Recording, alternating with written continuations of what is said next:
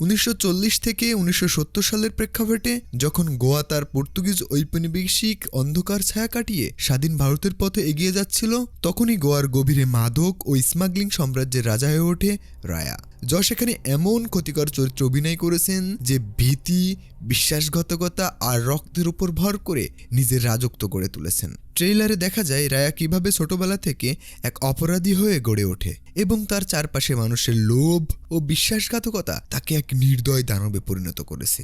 সে এক সংলাপে বলে, ভালোবাসা হলো এক ক্ষতিকরের নেশা, আর আমি নিজেই সেই বিষ। যশ নিজেই এই ছবির বিতর্কিত ও প্রাপ্তবয়স্কদের কন্টেন্ট সম্পর্কে বলেছেন যে নারী ও পুরুষ চরিত্রের আকাঙ্ক্ষা এবং অপরাধবোধের কুৎসিত সত্যিটাকে ঢাকতে কোনো লুকোচুরি করা হয়নি, বরং একে সম্পূর্ণ প্রাপ্তবয়স্কদের উপযোগী রূপকথা হিসেবে উপস্থাপন করা হয়েছে। ট্রেইলারের একেবারে শেষভাগে আমরা দেখতে পাই এক ভয়াবহ প্রলয়ঙ্কারী ক্লাইম্যাক্স।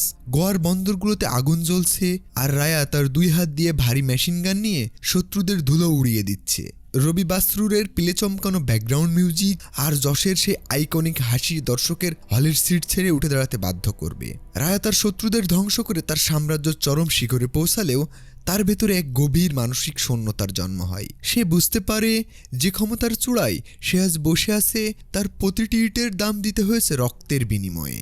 কিন্তু রায়া থেমে যাওয়ার মানুষ নয়, সে তার নিজের ধ্বংসের দিকেও হাসিমুখে এগিয়ে যায়।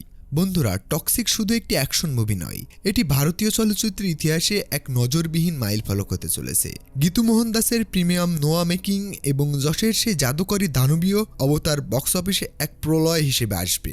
2026 সালের 26শে আগস্ট বিশ্বব্যাপী সিনেমাটি মুক্তি পাবে। তাহলে বন্ধুরা, আপনি কতটা এক্সাইটেড এই বড়দের বিষাক্ত রূপকথা দেখার জন্য? কমেন্ট করে অবশ্যই আমাদের জানান।